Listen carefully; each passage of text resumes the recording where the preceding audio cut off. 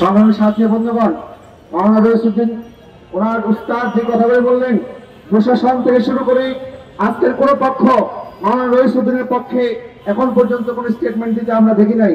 অথচ যে সমস্ত মব সৃষ্টিকারী ব্যক্তিরা ষড়যন্ত্রমূলক ভাবে মব সৃষ্টি করে রইসউদ্দিনের বিরুদ্ধে অপবাদ দিয়েছিল, আজকে প্রশাসন তাদেরকে সত্য প্রমাণ করার জন্য উঠে পড়ে লেগেছে। দেখেছি রইসউদ্দিনকে হত্যা করে পরিকল্পিতভাবে হত্যা করার পর এই হত্যাকারীরা প্রকাশ্য দিবালোকে ঘুরে বেরিয়েছে, অথচ প্রশাসন তাদেরকে গ্রেফতার করবে তো দূরের কথা, বরং প্রশাসন তাদের দালালি শুরু করে দিয়েছে।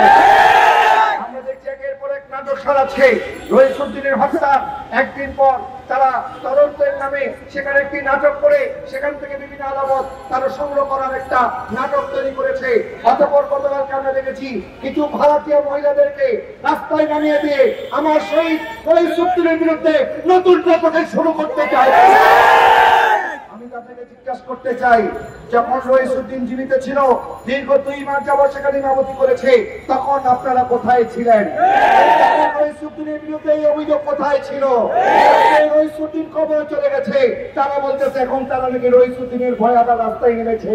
এটা যে নাটক, এটা বোঝানোর বাকি নাই। আমরা প্রশাসনকে আমাদের প্রতিপক্ষ মনে করি না। সুনির্দিষ্টভাবে আমরা প্রশাসনকে অভিযোগ জানিয়েছি যে পুলিশ রইসউদ্দিনের মার সাথে অন্যায় আচরণ করেছে। রইসউদ্দিনের মাকে বলেছে এই মহিলা এখান থেকে চলে যা। রইসউদ্দিনের মাকে বলেছে তোর ছেলে যা করেছে তার সাথে যা করা হয়েছে উচিত হয়েছে। রইসউদ্দিনের মাকে বলা হয়েছে যে আমার ছেলে হলে আমি টুকরা করে দিতাম। প্রশাসনের অর্থী পরে, প্রশাসনের পোশাক পরে কোন পুলিশ এই কথা বলার অধিকার রাখে না। প্রশাসন সুনির্দিষ্টভাবে ওই সমস্ত খুনিদের পক্ষ অবলম্বন করে নিজেরাও নিজেদেরকে এই জায়গার মধ্যে সরিয়ে এই জায়গার মধ্যে সম্পৃক্ত করে ফেলছে। আমরা প্রশাসনকে বলতে চাই, আপনারা এখানে সম্পৃক্ত হওয়ার কোন দরকার নাই। আপনারা আইডেন্টিফাই করুন, আসামিদেরকে গ্রেফতার করুন এবং আমাদের মাওলানা রইসউদ্দিনের পরিবারের সাথে আপনাদের কটূক্তি করেছেন এই জন্য ক্ষমা প্রার্থনা করুন।